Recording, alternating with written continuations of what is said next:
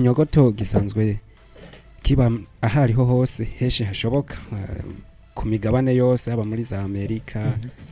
muri Aziya mu Buraya eka ngaha muri Afrika ndetse je hari nabo twigeze kuganira bambwira yuko nino mu Burundi mu bice nakuriyemo vyigeze kuba bihaba nubwo babitujije. Ikinyogoto rero ni igikoko kimeze nk'ikibeba kininiya kikaba mu ishamba aho gifise umutwe muto udutwi dutoyi n'amaso matoyi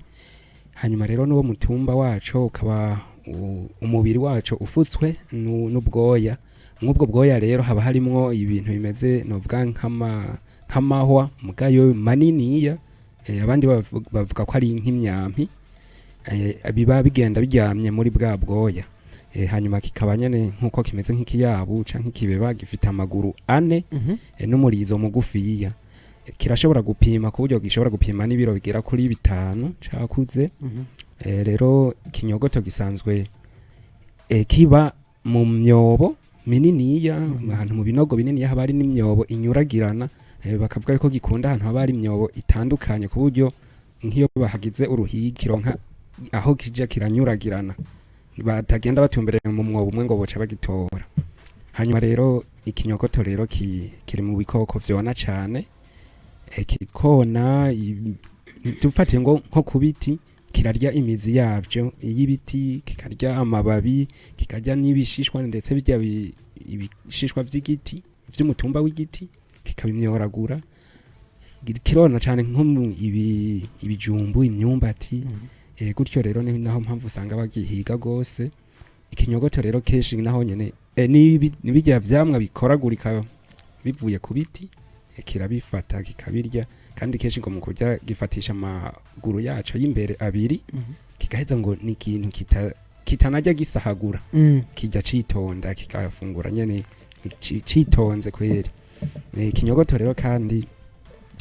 iyo kimaze dufate nk'ikigore kimaze gukwiza imyaka 2 kimaze gushikana imyaka 2 kiba gishobora kurondoka gutyo umwana amara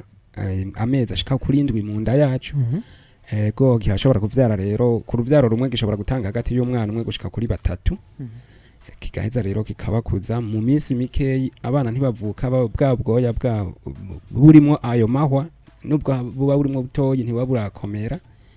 Hanyuma rero igitangaje ku kinyogoto nuko ivyo bintu bimeze nk'imyampi usanga ku mubiri wacu ngo birashobora gushika nk'ibihumbi 30. Ico kirabikoresha rero mu kwivuna iyo gitewe rero iyo hagize ikigitera dufate ari nk'umuntu canke imbwa mu gihe cyo kwivuna ngo ntigishoka kire kure ya myampi gutyo nyene kirabanza kikagira kigahekenya amenyo kikagira ugwamo gw'amenyo gihekenya amenyo hanyuma kikavyura ya mahwa ya myampi sinzi abamaze abatunze impene barakunda kubana nk'impene zikomvye guhura zitamenyeranye gene zica zimera nk'ivyo zishinga ubwoya babita kuvyura umugara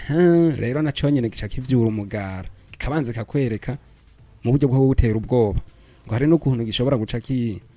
kigira akamoto atari keza mw'uwo mwanya nyene aho nyene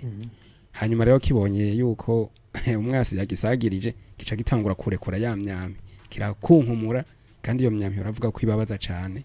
ahanini yaba bakavuga ati nk'umuntu we kubera agerageza kuyizibukira na mitende kuko akeshi uri kuraraba nk'ori ku masinema aho biba cagwanye n'ibikoko cyo kubera igikoko kigenda gitumbereza umunwa wacu gikunze kubanga iya myampi irakunze kubangamira ku mazuru ku minwa y'ibikoko biba vyagiye kugihiga. Ico nico mvuze ku ico gikoko c'ikinyogoto. Kazoza FM, be your own boss.